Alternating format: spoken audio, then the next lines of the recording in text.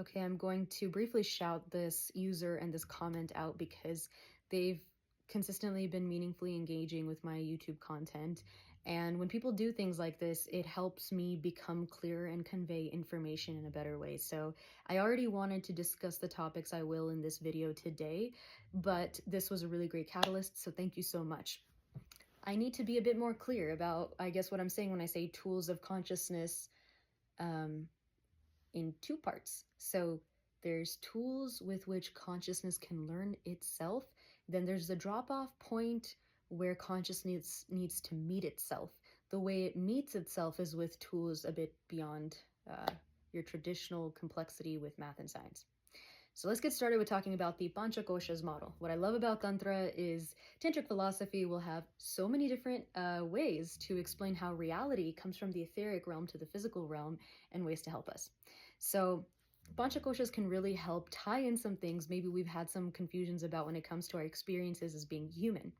Now, if you notice with each of the layers, it ends in the word Maya, and Maya is Sanskrit for illusion. So basically, while this is explaining the deeper layers of yourself, it's still saying, yeah, but that too is an illusion, because at the core, we are just awareness.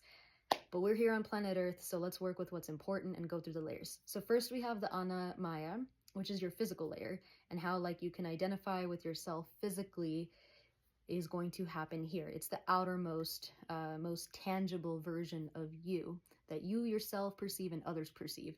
The next layer is Prana Maya. Prana is going to be talking about that life force energy that flows through you. Next is Manomaya, the layer of thoughts in the mind. Then we have the Vinyaya Maya. This is my favorite layer. This deserves its own whole separate video. This is called the wisdom layer, but also it's kind of where your ego will begin to dissolve, actually.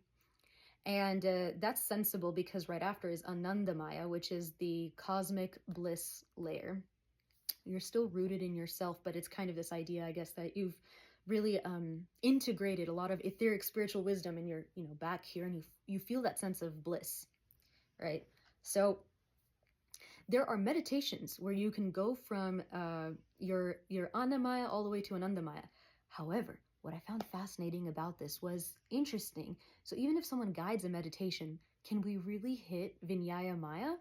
Because when you're meditating and someone's guiding you, aren't you just doing it mentally? So what do you do in that situation? Because there's some things that feel very experiential, right?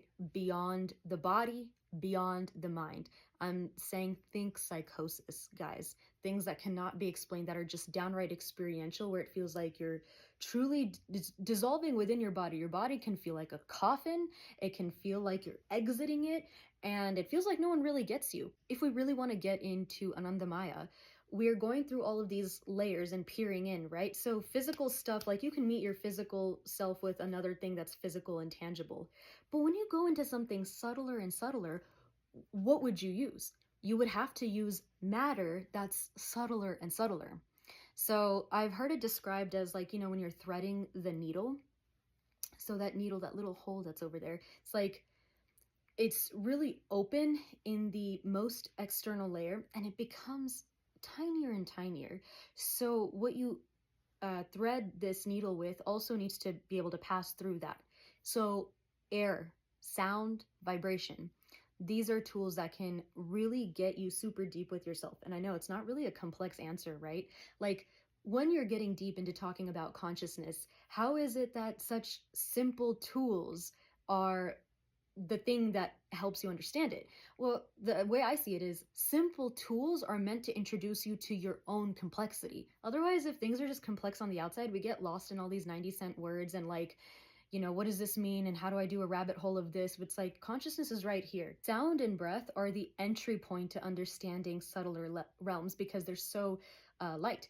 Actually, if you think about it, everything is always pulsating. There's just a degree to which it reaches when we can hear it, and that's what we called sound, but we do live in a very musical universe. Here's an unexpected one. Storytelling. Storytelling is a really great way.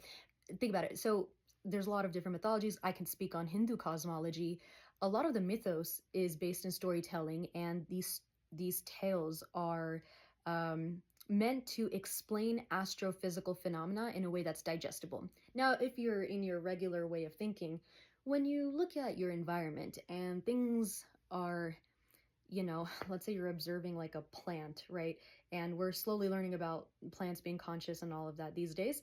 So, you see the math and the science, you see the photosynthesis and all of these cycles being involved, then the more complexity you see within it. Don't we typically tend to believe that thing takes on life? So it's like sentient almost in a way, right? Similar way, sometimes the math and science of something can be so complex and beyond our understanding that it takes on a form of consciousness. And actually, it's a slight tangent, but like a lot of people like to call yoga demonic, right? Like you have Surya Namaskar and there's like the sun god, right? But also there's like a video on YouTube online about if the sun is conscious. I mean, I say everything is conscious, but really what that's about is giving reverence to this thing that is both conscious and has power to affect our lives. But that's the level of complexity that all of these systems in our universe have. For example, I was watching Ponyo, right? And I thought it was so cute that these waves, they had eyeballs. They were personified and they were making like little grumbly sounds or something, I think. But that was to indicate like an ocean, like roaring and making sounds. Now, what I thought was fascinating about this was the mom couldn't see it. From her perspective, it looks like regular waves. But to the kid, it's like, no, these things are very much alive. I mean, God consciousness is really connected to children's minds and their consciousness because it's not so distorted by society and their idea of like what realistic is. A lot of these themes about what kids versus adults see really makes you wonder what the truth is. So even think about reality TV. If you heard of people do like wordplay, right, where they're like, that's why they call it TV program because they're programming you. It's like television. I'm like, wait, hold on. They're kind of cooking with that because if you think about what's supposed to be considered reality, it's kind of like a lot of brain rot. Whereas like kids shows like Jimmy Neutron, unlimited potential, anything is possible. And if we put our mind to it with the power of love and friendship and all of the things, like we can build a better society. And it's really interesting how that kind of stuff has been sort of, taken away. But there's all this storytelling in there that's very personified. Like basic things are personified. Like, I think going back to the Ponyo example, what if we don't understand everything about the ocean and how it operates? Like the real technical depth and complexity, and maybe that appears as conscious. So it's really something to think about.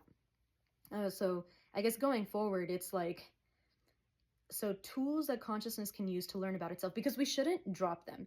As human beings, we need to be honest with ourselves and know that there is a portion of reality we should maybe black box away. Because by the time you receive the data from that thing and you think you have it figured out, that data has been compromised.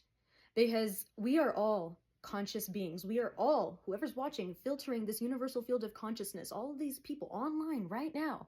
So there's no way all of that complex data would really fit into one mind. Continue working with the tools consciousness has created. Consciousness created math and science. People who discovered things, they were conscious, right? So they created. All right. So after that, there's a point where you gotta really look within and try doing something more deeply, right? Maybe there isn't as much of a separation between what we perceive as magic and kid stories versus reality, because the love and the magic and the light, that's the truth. The drama and the mess and the suffering, that's the illusion that we are constantly being fed to be seen as reality, so we accept that and don't dream beyond.